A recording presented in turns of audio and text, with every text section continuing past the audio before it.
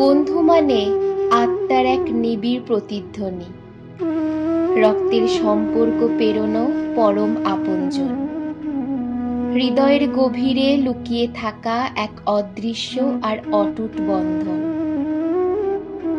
আনন্দের আলোয় যে সম্পর্ক আমাদের ঠোঁটে ফোটায় অমলিন হাসি, নিঃশব্দে বুঝিয়ে দেয় আমরা একে অন্যকে কতটা ভালোবাসি।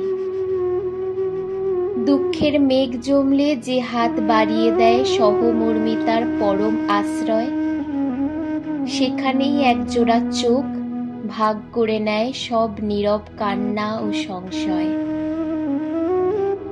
শৈশবের ধুলি খেলা আর খুনসুটিতে কেটে যাওয়া সেই সোনালি বেলা, স্মৃতির ক্যানভাসে আজও অম্লান সেই সব হারিয়ে যাওয়া মধুর মেলা।